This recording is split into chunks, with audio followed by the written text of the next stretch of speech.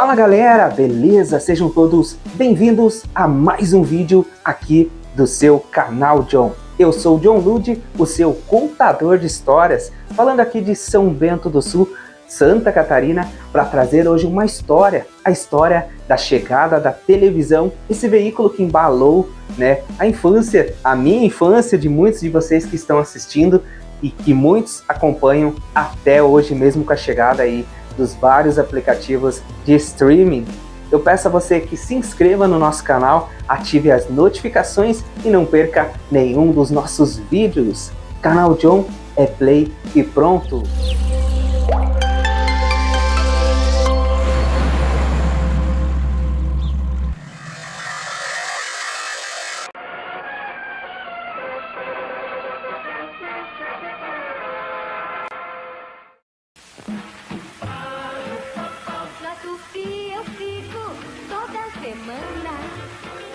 A Tupi tem os melhores programas.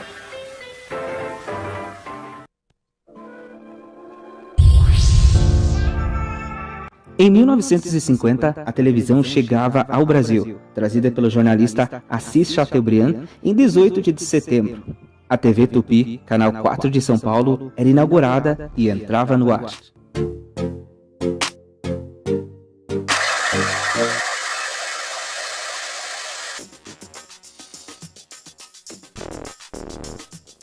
Como vimos, o gato Félix foi uma das primeiras imagens a serem transmitidas na televisão. E começa a era da televisão no Brasil. Entrava no ar a TV Tupi, canal 4 de São Paulo, uma das emissoras dos diários associados.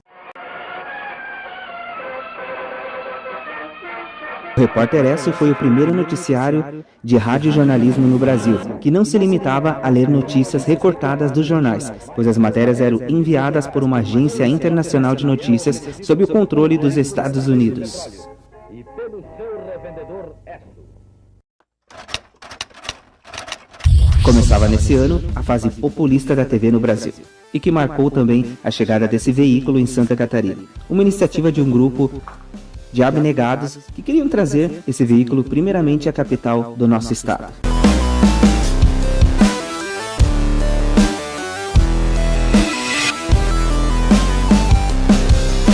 Iniciou o movimento junto com um grupo de amigos. Nós chegamos à conclusão que o mais rápido, o mais prático era trazer imagens de Porto Alegre através de uma rede de repetidoras para fazer o povo de Florianópolis saber o que era televisão, porque 95% da população nunca tinha visto televisão na vida. A televisão chegou em Santa Catarina em meados da década de 60. Até então, os sinais que aqui chegavam eram captados muitas das vezes dependendo de condições atmosféricas. Olha, esporadicamente, por alguma reflexão ionosférica esporádica, entrava a TV Paraná, canal 6, e até a Piratini direto, às vezes entrava aqui também, e alguma coisa assim, o pessoal que tinha televisor em casa, já vendo chuvisco o tempo todo, às vezes aparecia uma imagem até de longe, assim, lá do Caribe, entrava uma imagem aqui por alguns minutos e desaparecia. Era isso que tinha aqui.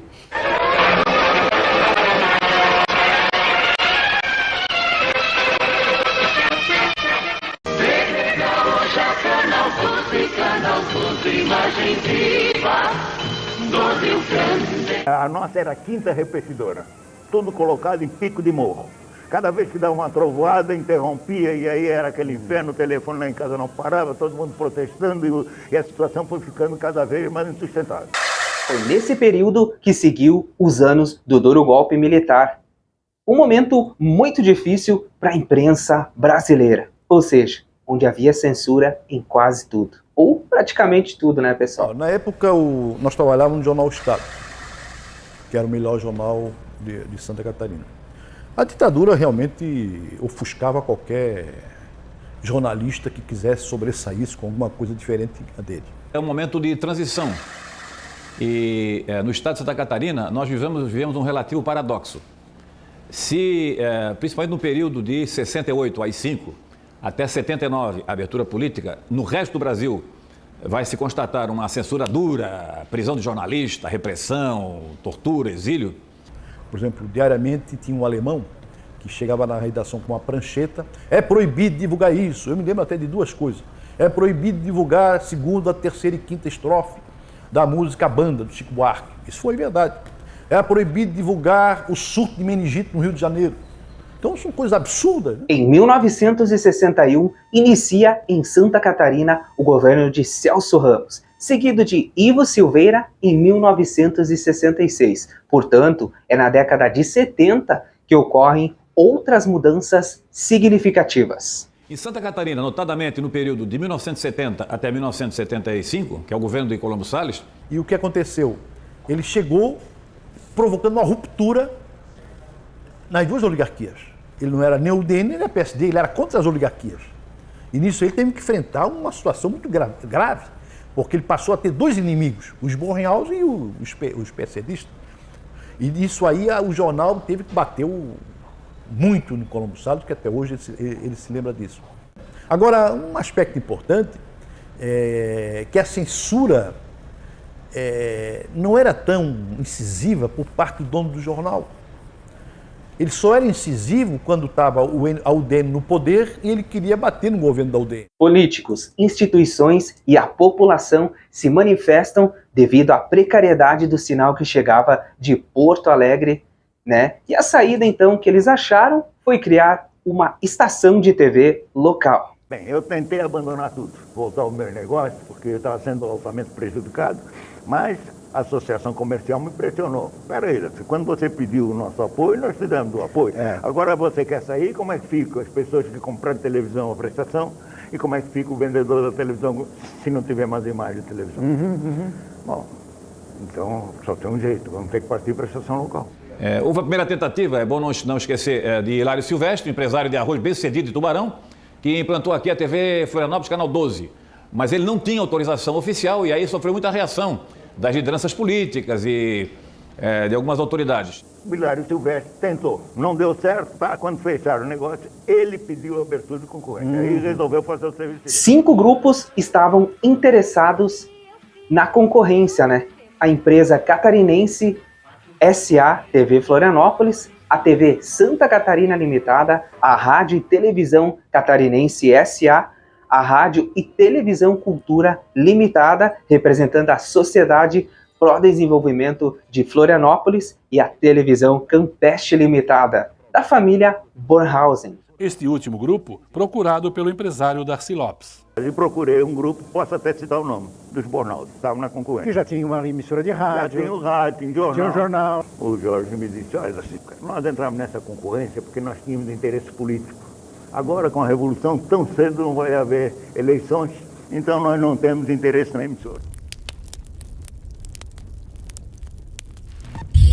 Na tramitação do processo, Hilário Silvestre entra com revisão, mas é desclassificado.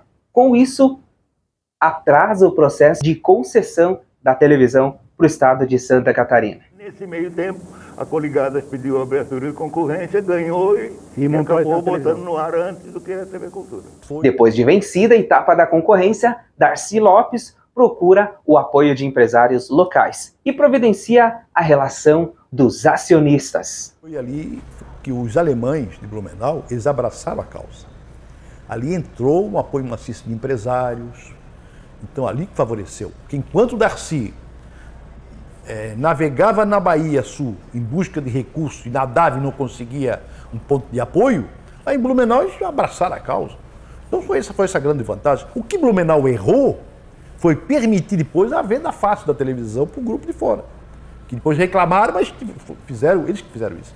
Com todos os trâmites governamentais, os diários associados é que estariam na condição de ganhar a concessão da televisão. Só que na última hora foi visto que eles tinham muitas estações e não podiam ter mais de 3 por estado. Então o Darcy foi lá, conversou com eles e conseguiu que eles se retirassem e deixassem o negócio para o grupo da TV Cultura, que estava na concorrência. Com a condição, se ganhasse, usasse a programação da Rede Tupi. Foi uma concessão política. Embora o Darcy Lopes tivesse como objetivo um empreendimento profissional, que ele tentou buscar fazer, mas tinha nos meandros da política todo um apoio. Obviamente que os militares não iam dar uma concessão para o Darcy Lopes sem a garantia de que não ia fazer oposição ao governo. Isso aí teve o aval dos ramos. Depois de vencida a etapa da concorrência, Darcy Lopes procura o apoio dos empresários locais e providencia a relação dos acionistas. Bem, aí começamos primeiro a colocar as ações no mercado, para depois, então, conseguir a aprovação do Dentel. Eu acho que a TV Cultura, ela entrou num cenário marcado por um conflito entre o ex-PSD e a ex-UDN. Então, por exemplo, havia a Rádio Guarujá, o PSD, a Diário da Manhã da UDN. A Guarujá fazia um show ao vivo no auditório de 600 pessoas, a Diário fazia um show ao vivo, trazia Emilinha Borba para o seu auditório de 500 pessoas. Como comerciante, eu procurei na minha área colocar as ações. E procurei o diretor do EPIC, que era o Comédia, e ele disse: Darcy, não é favor nenhum comprar ações da TV Cultura, é obrigação nossa. Mas eu não faço nada sem conversar com o meu sogro, que é o doutor Aderbal. Então, nesse conflito político, entrou a cultura, com o apoio do Aderbal Ramos, cacique do PSD, mas o DN e PSD, as duas oligarquias, Bornhausen e Ramos, já estavam unidas dentro da Arena, o partido da ditadura militar. Como ela se sai ou não sai essa estação de televisão? Doutor Aderbal, o senhor é que devia botar uma estação de televisão. O senhor é político, tem um excelente jornal, tem uma estação de rádio, tem dinheiro, o senhor é que devia botar a estação de televisão. Não eu. Mas o que é que precisa? Não, eu estou colocando as ações no mercado. Quanto é que tem disponível para me subscrever? Aí disse: doutor Aderbal, de cabeça eu não sei lhe dizer, porque tem outros companheiros aí com lista de subscrição. Mas eu faço o levantamento hoje à noite e amanhã eu lhe digo quanto tem. Não precisa, eu confio tanto em ti que eu assino em branco. Me dá uma proposta dessa. Bota quanto você quiser. Olha, que eu que era udenista e saí decepcionado com os meus companheiros da UDN, passei a mão naquele documento, esfreguei na cara deles, olha, tá vendo? Eu que trabalhei tanto pela UDN, me fecharam as portas. E o doutor Aderbal, presidente do PSD, me dá todo o seu apoio aqui. Agora, é de enaltecer o esforço de uma figura chamada Darcy Lopes. Por quê? O Darcy é um comerciante de sucesso.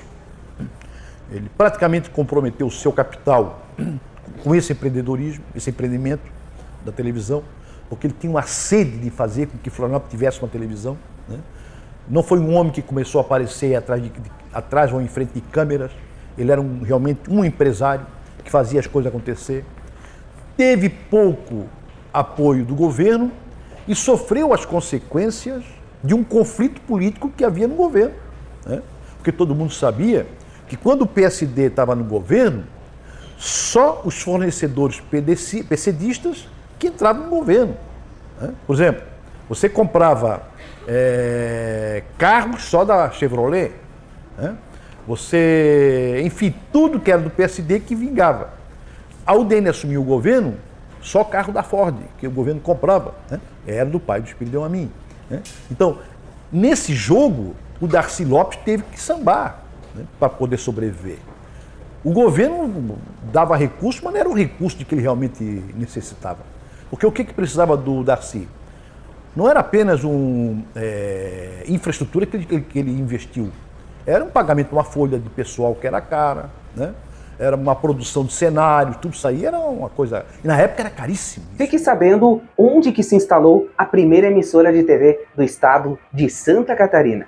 Manchetes de jornais iniciavam a expectativa dos moradores para tal feito, né? Bem como a expectativa também para a Copa do Mundo de 1970. Precisava um lugar alto, então tinha que ser o Morro da Cruz, aí era óbvio, ali cobria melhor a cidade. E a outra coisa que a gente precisava era um estúdio, que podia ser aqui embaixo, com um link de micro-ondas lá para cima, que sairia caro. Então foi resolvido construir tudo lá em cima. Então ficou estúdio, ficou transmissor, ficou tudo lá em cima. Roda VT. Nós havíamos entrado com a primeira imagem no ar no dia 31 de maio, às 8 horas da noite, que foi quando nós anunciamos a entrada no ar no caráter experimental. Mas o primeiro grande evento, sem comercial ainda, em caráter experimental, foi a decisão da Copa do Mundo 70.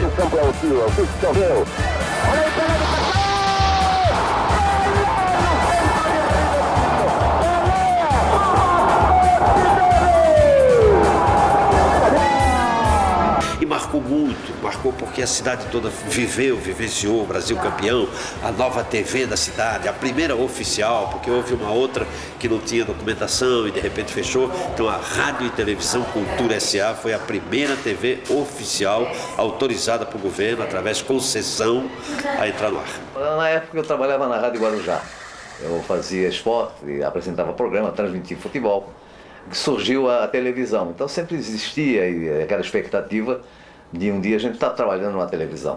Quando eu entrei na Televisão Cultura, a emissora estava em caráter experimental, pouquíssimos profissionais, e nós de imediato trabalhávamos lá no Morro da Cruz, fazendo todos os áudios da emissora, todas as chamadas da emissora e apresentando um programa de notícias que era exibido às 8 horas da noite. Eu não tinha nenhuma experiência, tinha experiência só do rádio, como aliás a grande maioria não tinha experiência, foi do rádio que foi para a televisão.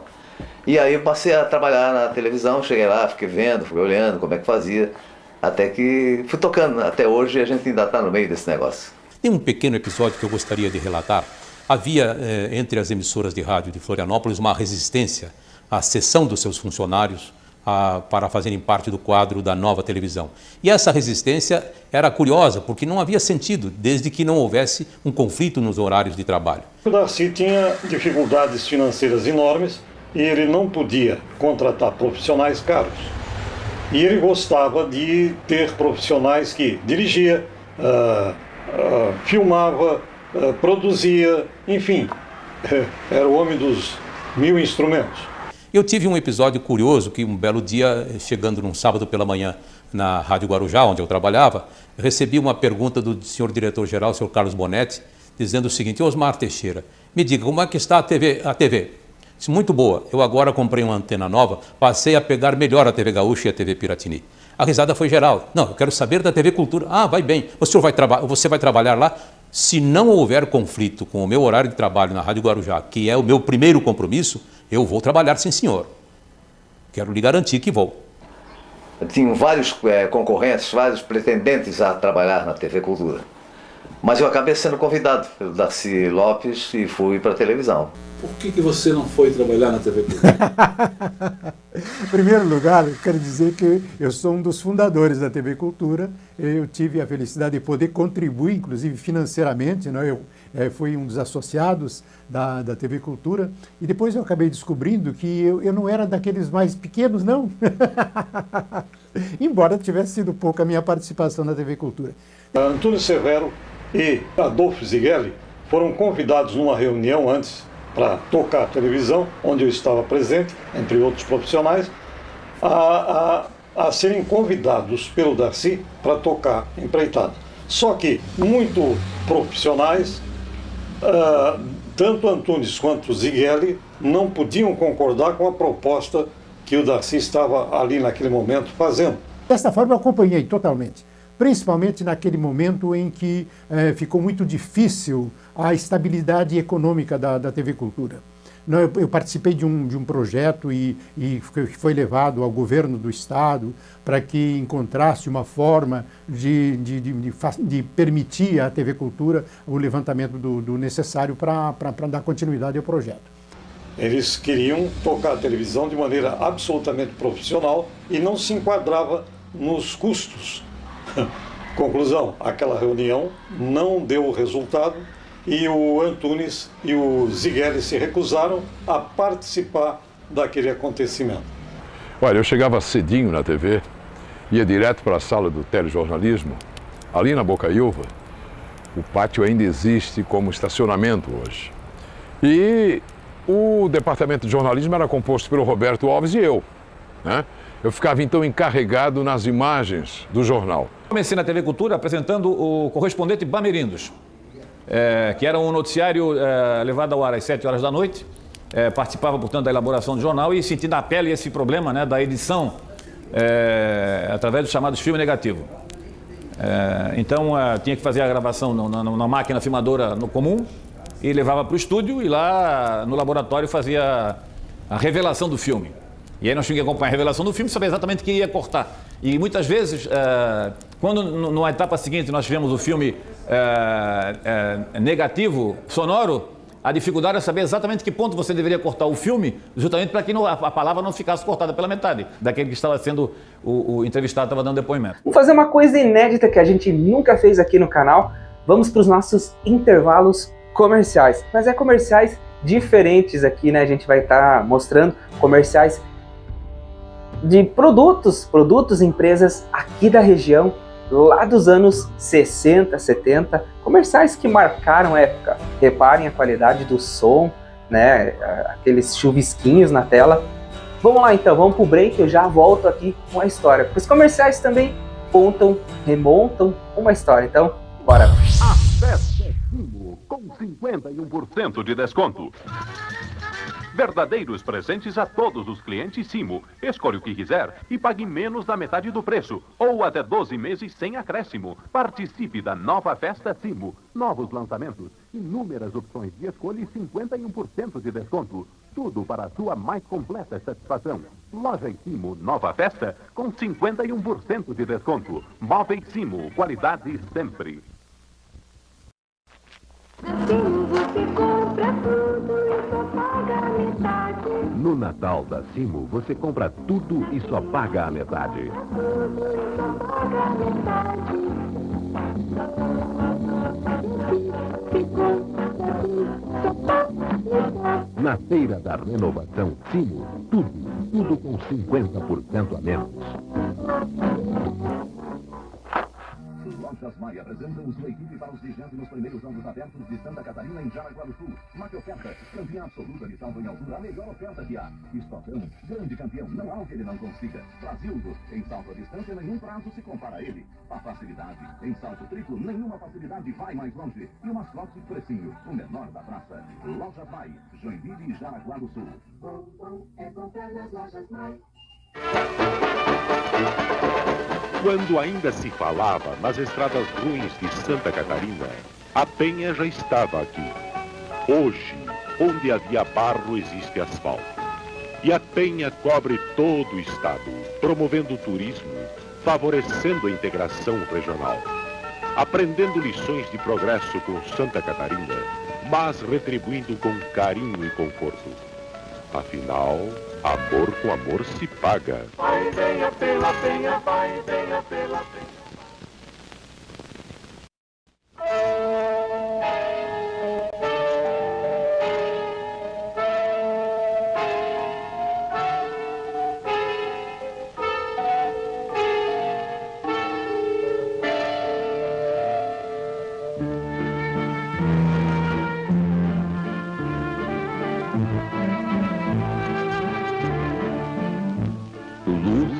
É conforto e comunicação.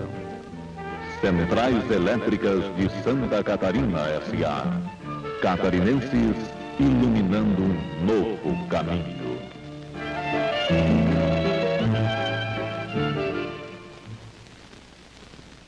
Você sabe que naquela época a gente tinha uma dificuldade tremenda, não tínhamos o que hoje a televisão oferece, né? Não tínhamos nem videotape ainda na época, não existia o videotape. Esse VT foi emprestado pelos Diários Associados para que a gente pudesse passar aqui as novelas que eles faziam lá em São Paulo. Então essas novelas vinham em fita largona, de 2 polegadas, e vinham de ônibus, chegavam aqui em Florianópolis, e cada capítulo, todo dia, vinha fita de lá. Muito raras vezes vinham capítulos de 2 dias. Normalmente era em cima do laço o último capítulo. Calma, vai resolver oferecer um emprego para lá, ele não quer nem saber, com toda a razão. Você é um oportunista, tá entendendo? Você é um oportunista. Eu coloquei um problema muito bem colocado. Agora, se você não quer entender... A programação de novela era feita em São Paulo. Os shows, esportes e entrevistas, era feito no Rio. No princípio, nós não tínhamos nem equipamento de externa. Bem, a primeira reportagem externa que nós fizemos uma Kombi. Nós pegamos um equipamento, digamos, uma repetidora de televisão, era Canal 9, mas a repetidora recebe sinal pronto, sinal de vídeo e áudio, e ela repete para outro canal. Então nós construímos um transmissorzinho pequenininho que transmitia vídeo e áudio, jogamos nessa repetidora e apontamos lá para o morro. E lá, através de um receptor também adaptado, pegávamos vídeo e áudio e entrava no transmissor grande. O slide era muito utilizado, então todas as autoridades de Santa Catarina, nós tínhamos um slide. No momento que você citava o governador, entrava aquele slide. Nós abríamos a transmissão da emissora com a Associação Coral, uma música do professor Oswaldo Ferreira de Melo chamada Florianópolis, que até hoje é cantada pela associação. Vem vento, vem, vem do mar, varre essas nuvens do céu, borda a noite de um azul escuro, com estrela e luar. Maravilha, maravilha. O que mais você lembra assim da época da TV? Aquele especial de Natal foi... O especial de Natal ficou muito bonito para a TV Cultura. Fez uma história, a árvore sendo carregada, e depois a árvore sendo enfeitada. Então, isso tudo são registros maravilhosos. Eu tenho um registro fantástico, eu tenho até a foto. Eu tinha o programa de rádio que era o Encontros para o Cinema, depois levei para a televisão, que na realidade era a transposição da ideia do rádio para o cinema, com o acréscimo das imagens. Na realidade era um programa modesto, mas feito por mim, produzido por mim, apresentado por mim, tudo.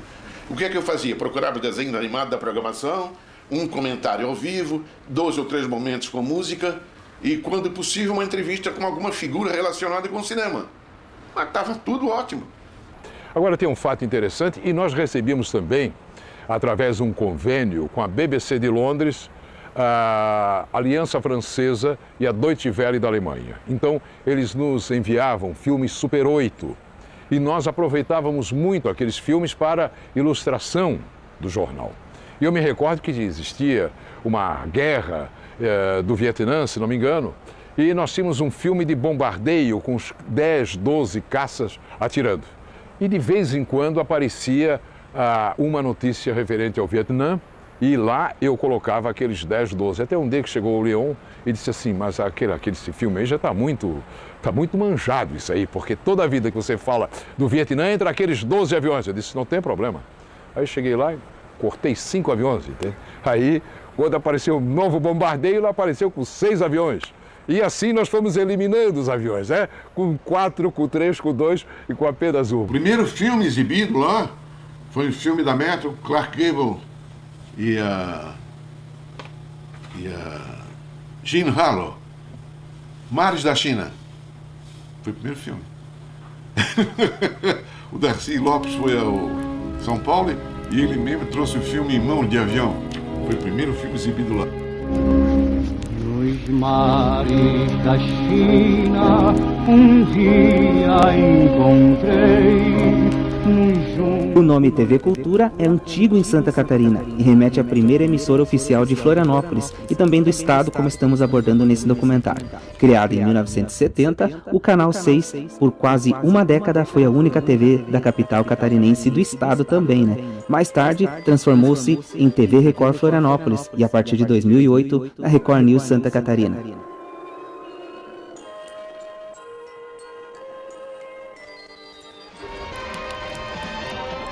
Já na época da RCE-TV, a rede de comunicações Eldorado, nos anos 80, um fato repercutiu em todo o Brasil e em várias TVs do mundo inteiro. Um policial militar com 5 armas invadiu o estúdio do programa Terceiro Tempo, apresentado por Roberto Alves. O programa de hoje, inconformado com algumas coisas dentro da Polícia Militar, com o governo do Estado, ele foi lá com a arma em punho e dentro do programa comandado pelo Roberto Alves, com a participação do Miguel Livramento, ele fez uma série de exigências, depois acabou sendo preso. E ali a TV Cultura também que teve uma cobertura nacional e até internacional, pela singularidade do fato, né? 50 anos se passaram e a primeira emissora de TV de Florianópolis acumulou histórias. Jornalistas se tornaram referência em todo o estado e no país. Eu acho que a TV Cultura foi fundamental para a comunicação no Brasil, em Santa Catarina, especialmente no sul do Brasil, porque nós formamos muito profissionais. Começamos, Sônia Bride saiu da TV Cultura, não era nem de vídeo, era da redação. Miriam Dutra, que hoje mora na Europa, saiu dali. muita gente formada ali. É o glamour de você pertencer à televisão. Televisão naquela época, amigo, era algo fantástico. Era algo que tu não dá para comparar com hoje. Naquela época, bom, só tinha TV Cultura. Até 79 só tinha TV Cultura. Depois que veio a RBS, o grupo lá do Rio Grande do Sul. E aí, nesse período que estava a TV Cultura sozinha, ela... tudo que acontecia aqui era novo. Você não era como hoje que você tem uma noção do que é televisão. Nessa época não era só ela que existia e tudo acontecia aqui na TV Cultura, né? A TV Cultura, ela foi um marco para Florianópolis despertar tanto em nível cultural quanto na autoestima do florianopolitano. Nessa década de final dos anos 60, a musicalidade, o teatro, artes plásticas, tudo estava em evidência em Florianópolis, mas em torno de uma elite. Era a elite que praticava as artes. Com a televisão deu uma ênfase a essa produção artística tão grande. Salim Miguel e tantos outros escritores, Sérgio da Costa Ramos, tudo isso aí deu tanta ênfase que Florianópolis começou a criar uma autoestima e a valorizar-se nas artes, na sua produção, nos nomes que... Quem é que esperava que Vitor Meirelles era o autor do grande quadro Amigo? De lá para cá, muita evolução ocorreu. Em 2022, a TV em Santa Catarina completou 52 anos. A pioneira TV Cultura inicialmente transmitia a programação da extinta TV Tupi.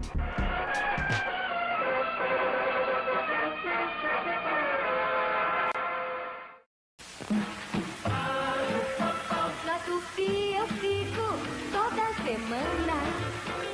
A Tupi tem os melhores programas.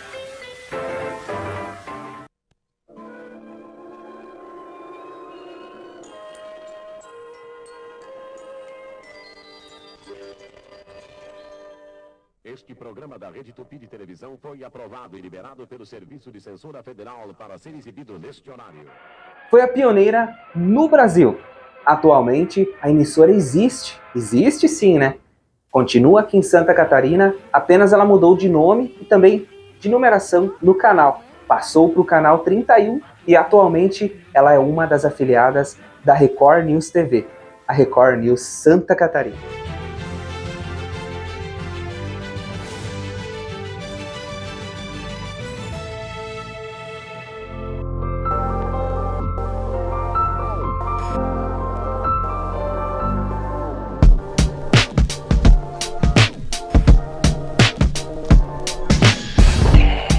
Bom, pessoal, esse foi mais um vídeo aqui do canal John, o canal que tem orgulho em registrar a nossa história aqui para vocês, contando uma história hoje de âmbito estadual, né?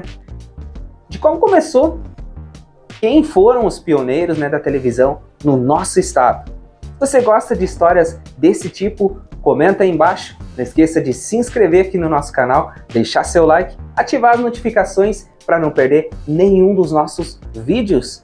Aqui você já sabe, né? A gente tem prazer em contar nossa história. E o canal John, basta você dar o play e pronto!